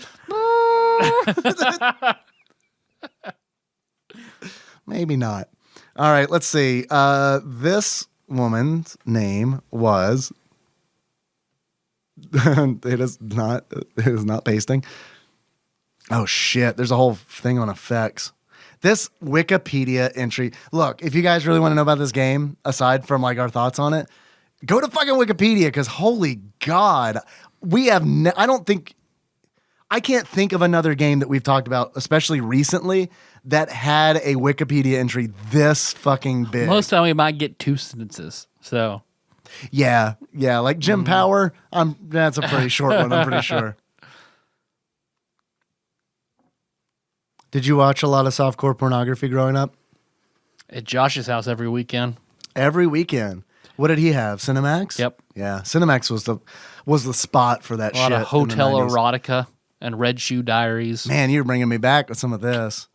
I remember recording Sliver off of... Sliver is a race of people in Magic the Gathering. So It's also a Billy Baldwin movie? I can't remember which Baldwin it is. same concept. I'll look that up as well. He may have also been in this softcore porn with Victoria Morcell. Ah. There's our IMDb. Attractive woman. Yeah. Known for... She did fine in this role, too. I can't imagine it's easy to do what she did. Known for Phantasmagoria is first. Guess what's second? Guess what is second? Titty Hotel 4. Martin. She is on Martin. I'm assuming she plays like, I don't know. Oh, she plays the secretary. All right. And Martin. Let's see. She is in The New Adventures of Robin Hood, the TV series in 1997. All right. The Dangerous Minds, not the movie, but the TV series. She's in that. Is she Michelle Pfeiffer? She is that, did Michelle Pfeiffer play Judy Sloan? I do not know. Well, she played Judy Sloan. I never saw the movie. I've only seen the music video. I've only seen the Weird Al Gangster's parody. Paradise. Yeah. That's pretty much all that I've seen. Hotline TV series in 1996. Sleepless Nights. She played Rachel Davis. That's probably the softcore porn right there. I would imagine. I'm going to click on Hotline, even though it's a TV series. Hotline is too. Hotline. Oh boy. Showtime's erotic anthology series. Each episode is a story told by a caller to Rebecca, the beautiful host of a nighttime radio program about sexual fantasies. Seen that. Yes? I've seen that. Are you sure you're not confusing it with Frasier? Because it sounds a lot like Frasier. It's pretty similar. Does Rebecca have a persnickety sister? Hotline is the Roz solo trailer. Oh, fuck. Let's see. She is in fucking 3 episodes of Martin. All right. She plays the secretary in I'm Not Your Superwoman. She plays Woman in Crowd in A Woman with a Past. And she plays the secretary in Beauty and the Beast. I think she got kind of pigeonholed in that secretary stuff. But I liked her in the she was fine in the game. She really was. I really can't imagine that's a super easy thing to pull off. Especially when you don't, it's all blue screen. Yep. You know what I mean? Which is hilarious, but it's not her fault. Yep. And it's also, it's funny to see when the fucking cartoon demon is chasing her, she is literally running in place. And it is way obvious that it was just like, did that look good? Yeah, we got it. It feels like. Take off your shirt. Everything, if everything was like 1 or 2 takes, where it's like, yeah, we just don't have enough. We don't have enough pixels to shoot all this. We're just gonna take whatever you give us. And then of course it's like when she stands, it is super uncomfortable. She's like standing like stiffly, like she's a mannequin. It feels like, I don't know. I'm sure it's just a hallmark of its time. It just doesn't age well at all. It just doesn't age well, in the slightest. I feel like this game is like, if you don't have nostalgia for it, I feel like it's hard. It's hard. Yeah. It's a weird kind of like PlayStation 1 games. Yeah. Unless you were there, N64, you kind of had to be to fall right in your nostalgia valley. Yeah. And several people said when they came in, this was mind blowing when it came out. I can believe and that. I believe it. Yeah. 1995, it was seven discs. Oh my God. 7 fucking CDs. Each chapter's a CD. 7. Man. So, for PC? Yep. It's all that compressed video, homie. Yeah. It's just like, I guess, 600 megs. I guess that fills up pretty fast. Shit. So, I don't know. I kind of want to forgive it for a lot of things, but at the same time, it's like, would I recommend this to somebody? Watch it on YouTube. Yeah. Yeah. That's what if you're really interested in it. Watch your stream of it. If you do want to spend 11 hours with the game as opposed to an hour and a half, watch my stream. I loved streaming it. I didn't like the game, but I love streaming it because it's so fun to make fun of. It is so fun to mock. And when the shit hits the fan, it is entertaining. It's never scary, but it is okay, this is pretty fucking funny. And even the practical effects are good. I honestly do feel like they're good. They're better than a lot of the things in the game. I'm trying to think of any of the other characters. You've got the sleazy real estate agent who sold you the house. You've got, I mean, he is an exposition character. There is an antique shop where there's a woman inside who is there to also give you exposition. Then there's a general store owner who is there to sell you drain cleaner and also give you exposition. It's very basic. Yeah. Like it is. It's more shallow than like your standard Super Nintendo JRPG. Yeah. Like, I mean, like by far, you know what I mean? You're like, not killing God. well, right. No, well, I don't know. Maybe that's God. Where Adrian gets the Excalibur and slays God. But I just mean even with character development, you know, I mean, it's just kind of like, I don't know. No, I wouldn't recommend it. Yeah. Yeah, I wouldn't. Unless you got a Twitch stream and you want to have fun, or you just want to get a group of your friends together and have fun, like playing through the game. Yeah. Then that's the way to do it. Don't play it alone. Bring your friend, swim buddy. Definitely don't play it alone. Don't play it alone. Shit, man. Or Don will get you. Yeah, you get those fucking brains in marinara. Fuck. Yeah, I hope that guy's name is Don. Otherwise, I said Don a whole bunch. I believe I remember Dawn correctly. Apparently, he goes to cons and is proud of his role, which I don't think he's bad either. I think he's actually like pretty fucking entertaining because he's so bad. Yeah.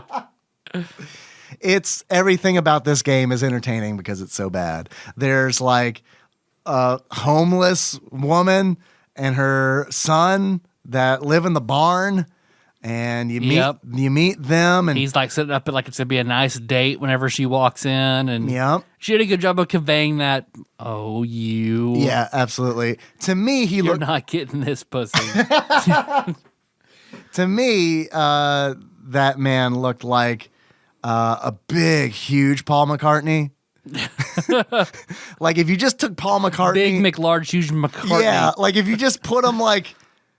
If he was a shrinky dink, if Paul McCartney was a shrinky dink and like you took him out of the oven early, like that's what this guy was. He did the fusion dance with Andre the Giant. Right, yeah. That's who this was. Then the woman she looked like when you meet her, she is dressed like David the Gnome. She has a red knit hat on that is pulled up so that it is pointy. She's wearing like a blue shirt. She's got white hair and these like brown trousers. And it's like, before I got to her in the game, I was trying to like post on Twitter that I was going live on the stream. And I was just like, there are so many weird images when you do a search for Phantasmagoria. And an image of her was one of them. And I was like, I hope I find this gnome in the game. And like just threw it in. Just fully expected that this was actually a gnome. No, just a homeless woman.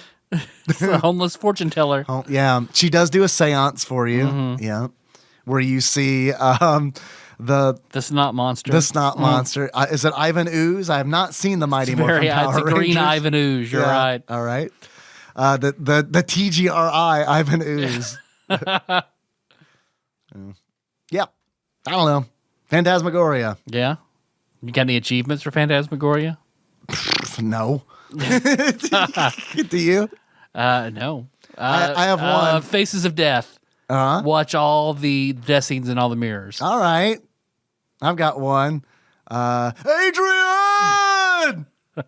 Never seen a Rocky movie. That's what that's from, right? Rocky? Let's see. There's no more Frosty the Snowman, and that is where you don't have the Frosty ornament, so you can't stop Don from killing you in the guillotine machine. Because you do need to show it to him so that he kind of like snaps to his senses for a moment so that his head can be split open by a giant pendulous axe. And then he turns into the giant demon that chases you around. Yeah, man. Yeah, he does. He does do that. What's the lyric in Frosty when he melts? Because isn't that in the song or is that just in the cartoon? Frosty the Snowman had a very... when he melts into a demon. He's got long old claws and some scaly scales so he can pull your head in half. Hey, Melissa. She's here. Melissa did enjoy the part where the girl was getting her head pulled in half by the demon. Okay. Yeah, we decided to talk about Phantasmagoria instead. Yeah. I liked it. Yeah. It's a fun one to play, I think, with friends. It was funny. You probably didn't hear that. She said it was funny. Thank you. If you're talking about the stream, if you're talking about the game, you're correct. Yeah, it is a funny game.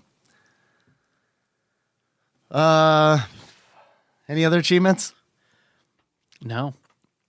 Dave, since you played this, I did. Correct. if you were to give this, I don't know, a beard to summarize your experience, Yes. what kind of beard would you give Phantasmagoria? I would give it the very white beard, the white rotund beard of one Kirchhoff from Kirchhoff's Deli. Kirk Choff. Because of Kirchhoff's gun, which appears in chapter 3 and then is fired in chapter 7 in the form of Okay. being thrown in Don's face. I hope his name is Don once again. Well, Dave, if you were to give this a pair of glasses to Yes. sort of summarize, make a cumulative physical embodiment in the form of glasses to Yes. represent your experience with this game, what kind of glasses would it be? I would give it the glasses of, it's actually a monocle Oh, that okay. the Red Skull has fashioned the Soul Stone with so that he can look through it and give hints to people who need them. Perfect. That's his only way that he can get out of that hell that he is in. Yeah. Is by being in Phantasmagoria and giving hints. Yeah, that's where the Tesseract sends you, is into Phantasmagoria. Oh boy. Yeah. Oh fuck that Tesseract. Fucking real good. All right. Dave, how much you think this game is? I don't know. Let's find out. If you were to buy this, how much do you think this game would be? My guess would be. Would you like me to look it up instead of you? Yeah. I here got you a- go. I got a phone. Okay, I'll do cool. You have a phone all this time? I know. This thing I occasionally text my wife on and say, "Hey, would you bring me sleeping pills?" I'm trying to think if we need to figure out if it is actually on price charting first or not. I would guess that this game it's a PC game, and I don't think that they're very collectible, especially loose. But it is 7 CDs, so it's probably a complete set of 7 is probably. Phantasmagoria. It did have a spot on price charting. Okay. When I click on it, let's see. Does this reveal anything? It says that you need to use the letter opener. So I'm checking all of these sites. And okay, on eBay. eBay is the only thing I can find. So for Phantasmagoria, Yeah. Stage Fright used, PC 7-disc CD-ROM game. How much do you think it is? See, the thing is, if someone put it on eBay, Pre-owned, buy it now, right now on eBay. pre-owned, buy it now price. The lowest copy. There are 2 copies. There are 2 copies, $7. The lowest cost for Phantasmagoria, Yeah. 7 set for the PC, is $21.99. The highest price being $29.99. Goodness. Yep. That's too much to pay for this game. I bought it on Good Old Games for $9.99. Phantasmagoria Stage Fright Puzzle of Flesh PC game. I think Puzzle of Flesh might be the sequel. Okay. What's the name of? Let's look up Phantasmagoria 2. Electric Boogaloo. No, I think it's Phantasmagoria, A Puzzle of Flesh. Oh, yeah. Yeah, that came out in 1996. So A Puzzle of Flesh is the sequel. Second one. So the OG, $21.99. The OG's $21.99. Wow. I wonder how much the the DVD box set of Hotline is. Wonder how much an external hard drive torrented from LimeWire would cost us. I wonder how much space the entirety of Hotline would take up. My guess is 6 CDs, 1 CD less than Phantasmagoria. Well, do you have a second quiz for us to take, or are we saving that for Jim Power? Let's save it for Jim Power because I feel like it's a very probably Jim Power related. Powery. Yeah. All right. Dave, do you think this should be on IGN's? On TADPOG's Would you put top it on 100 SNES TADPOG's games? top 100 PC games? I definitely wouldn't put it on the top 100 SNES games. Would I put it on the top 100 PC games? Mm-hmm. I might have. Look, I played a lot of PC games. I don't know that I played 100. So this came out what? Did you say 94? 95, I think. 95, 95. So in 95, you were 14? I was 14, and I would have fucking cranked it to like that intro. So say you had gotten this game. Edgelord Kyle, not Edgelord Kyle, Kyle of Experience Grind, he came in to chat to let me know that he definitely masturbated to that intro where he was still masturbating. Where her Bristol at this cities. moment. Yes, so we're pressed up against Don. And I would have done the same thing. Like, I mean, it was like, yeah, that checks out. I could work with that, you know? I worked with a lot less when I was 14. Yeah. That would have been enough. So had you played this back then, would that have strongly colored your perception of the game? Yeah, absolutely it would have. Oh, yes, of course. Yep. I mean, there's an attractive woman who's the lead character. Yep. And yeah, that would absolutely. You didn't see that often back then. Yeah. She did give me some Sonya Blade vibes, is what I picked up off of her. Yeah, she's bringing that Sonya Blade energy. All right. Yeah. Yeah. Which, I mean, I'm down. I like that Sonya Blade energy. Yeah, big blade. But no, I probably wouldn't put it on the top 100. Okay. No. All right. We got anything else? That good? We all right? That's probably good, right? All I feel like we're running out of steam at this point. Think that, right? Yeah, you're right. We kind of covered everything. Well, next week we're talking about Jim Power, probably, maybe. We'll see. Or Jim Norton. You decide. Jim Norton. We'll monster rain each other for an hour and a half. I want to see how long we can go before we actually talk about Jim Power. Last year I bought a Sega Genesis that didn't work. I bought a non-working Sega Genesis. Sega Genesis? Sega Genesis, yeah. My apologies. I refurbished it. Now it works great. And now really all I want to do is play Sega Genesis games.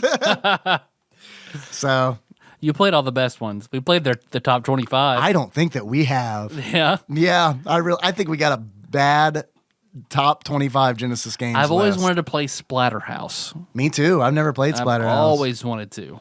And that wasn't on the top 25 Genesis list. That wasn't Dorkley's list, was it? It was not. Dorkley's it was something N64. random, yeah. Oh, Digital Trends. Digital Trends, yeah. That was it. I don't think we got a good list. Yeah. Yeah, I don't think so. Because we only had Shining Force 2, not Shining Force 1, no Splatterhouse, no Evander Holyfield boxing. I just feel like after playing so many very bad Super Nintendo games, Let's play some... All right. I just feel like even if there's a mediocre Sega Genesis game, it's like, all right, that's pretty fucking good. You know, I'm like the starving man who's just like I need some kind of morsel of nutrition. Thinner. Right, yeah, exactly. Randomizer.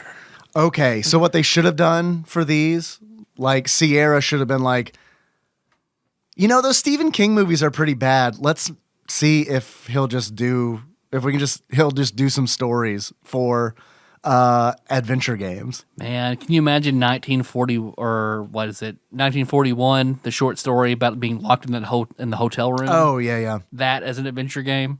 Oh, no, I think that'd be fantastic. Yeah. I'm sure it exists, a single room adventure game that probably exists, but because that's essentially an escape room, I guess. Yeah, you're right. It literally exists in the real world, Dave. And you can play it the moment we have a vaccine. Until then, I don't know. Yeah. You can try touching puzzly bits if you want. Probably going to kill you, though. Probably. Well, thanks for listening, everybody. Probably Jim Powers next time. We don't know. We'll find out. I thought you were addressing Jim Power there for a minute. Jim Power, we're coming for you. Nauseatedly. Nauseously? Yeah. Is it nauseously? I think you nailed it. I think it's nauseatedly. Nauseatedly? I don't think that's an adverb. Coming for you, nauseated. Not. Okay. Yeah. Sick as shit. What would the Cockney way of saying that be?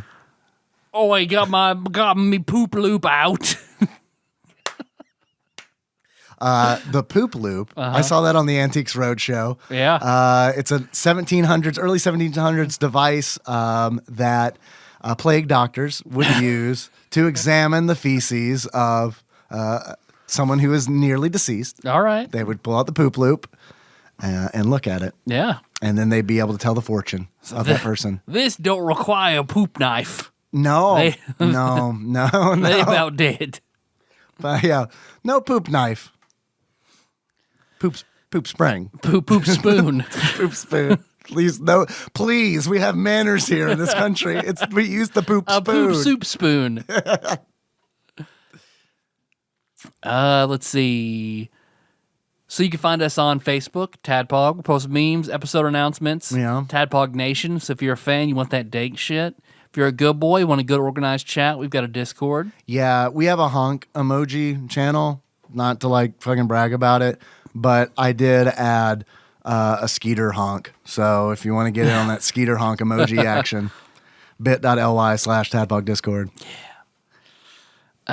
Shirts at Skeeter from Doug. I feel like that's probably I thought I was Skeeter from Muppet Doug. Babies. Yeah. Okay. Oh, yeah. I forgot. There are multiple Skeeters. Scooter and Skeeter. Yeah. There's also Skeeter from Borderlands. Yeah. There's also my neighbor Skeeter who makes meth in his house. Yeah. Not him either. He does honk, but not him either. At 3 a.m. in his driveway for 40 minutes at a time. It's great. It's great. Come get your meth. And the cops show up. I can't buy meth from him. The cops are over there all the time. I got to go to Kroger for my meth. I got to go on the dark web. I got to spend Bitcoin. I want a real authentic meth purchase. I'm just kidding. I don't do meth. I do enjoyable drugs. Let's see what shirts.tadpog.com for shirts, and then Redbubble for masks. Don't do drugs, kids. Don't do drugs, Yeah. kids, until you can handle it. Yeah, You have to be over like 25. Yeah.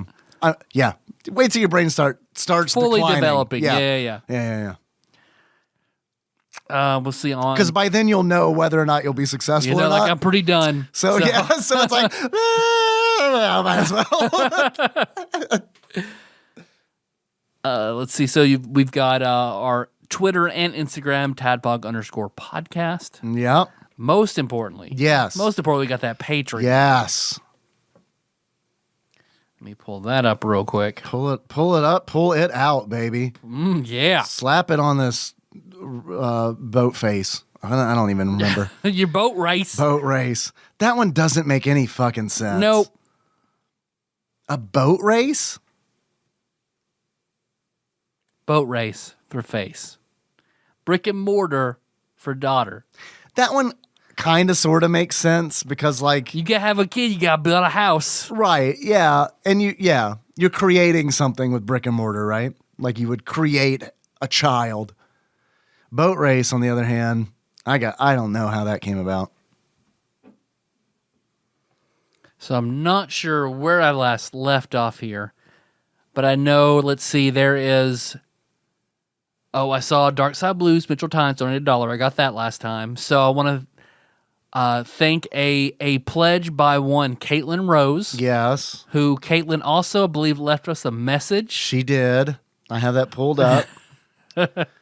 She would like for us to please say hello to Johnny. Mm-hmm. Sup, Johnny. From his not wife. Uh-huh. He is a Which makes me think you're having an affair with Johnny, and your name is not Caitlin Maybe Rose. it's just casual. Or she's dropping hints well, maybe. from his not wife. Maybe it's just a casual thing. It could be that. Maybe. We don't know. We don't know their particulars. Caitlin, get back at us. Let us know. Yeah. She's not listening. There's no way. Nope. Johnny, let us know. Johnny is a previous Patreon subscriber that we joked about having AIDS. Yeah, I have no memory of this. Nor do I. Whatsoever. Much like the first 2 times I streamed Phantasmagoria, I have no memory of this. He was apparently amused by it. Yes. So Yeah. P.S. He was excited and laughing about it. So no worries.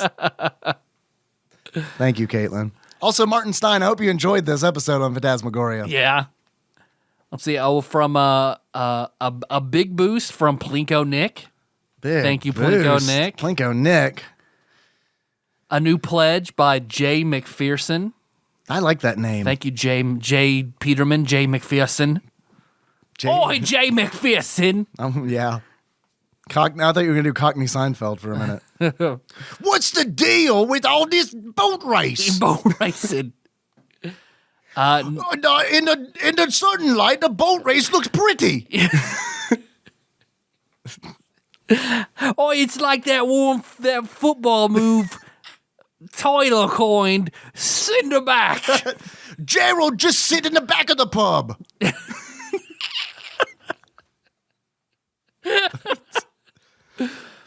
New pledge by Colin Sharkey.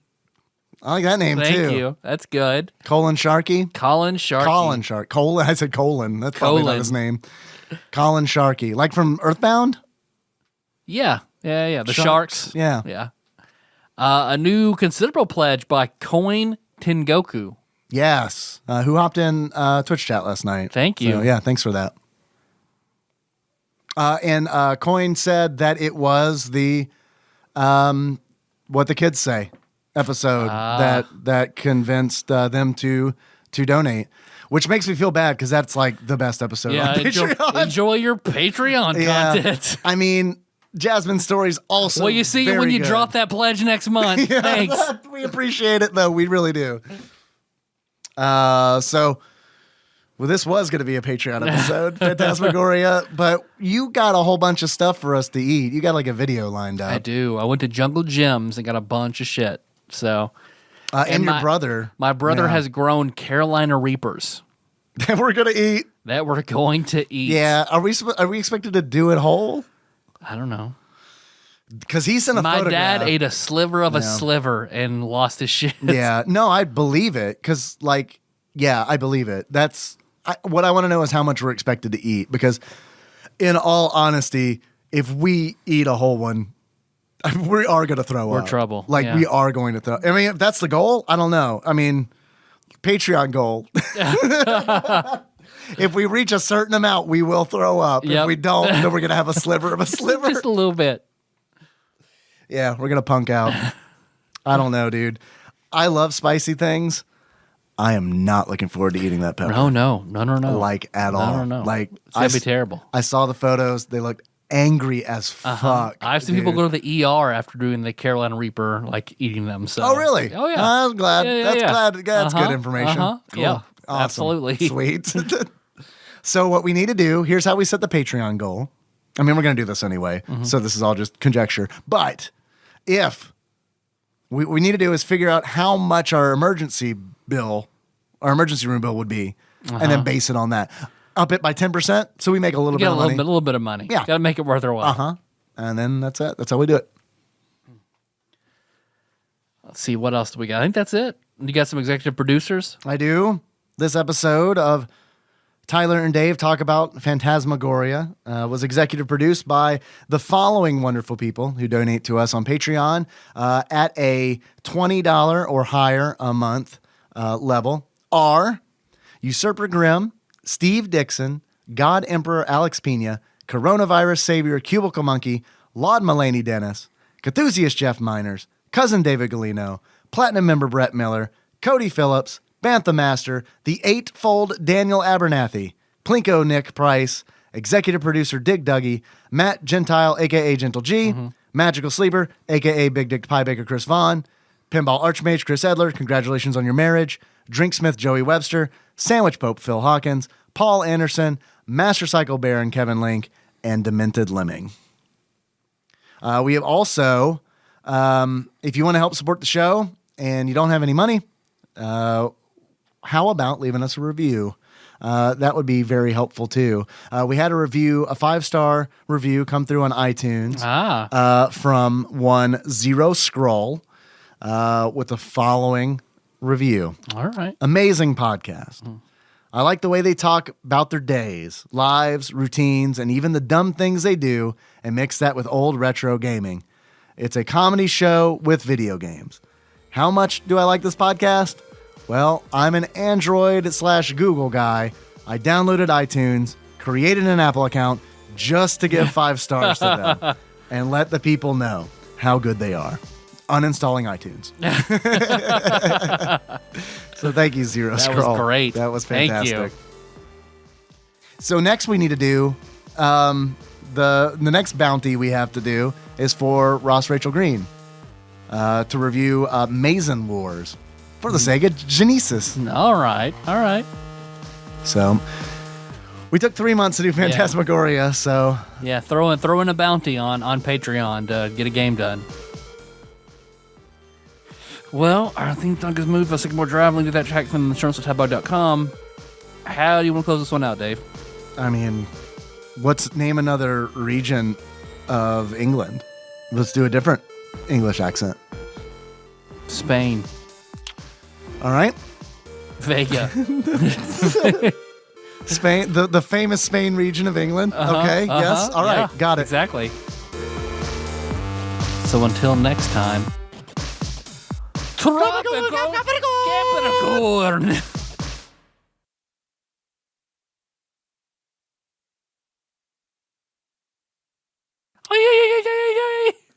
Is yodeling a Spanish thing? Yeah, 100%. I feel like, look, I don't know that much about Spain. Mm-hmm. The Spanish Alps. Well, I did forget about the Spanish Alps. I did forget about those. Yeah. I forgot about the Bristol Mountains of Spain. True, yeah. So, okay, I guess that makes sense. Yeah. It's right along the Portugal border. What? Oh, okay. Well, that does. You know what? It's a natural division right there. Real talk, I'd like to go to Portugal sometime. Yeah, okay. Yeah. Let's do it. Yeah. Vaccine party in Portugal? Live from Portugal. All right. Perfect. Live from Portugal. Our biggest audience is $10,000 goal. We get vaccinated from COVID in Portugal live while eating Carolina Reapers. All right. We still need to poop in the ocean. Sure, we can do it there. Portugal borders the ocean. That's perfect. All right. There we go. Let's poop in. Poopchugal. That's where we're going. Potty-chugal. Let's poop in their water. Yeah. Leave our water clean. Gotcha. Portuguese. That'll teach you and all your trading ships. All your merchant vessels.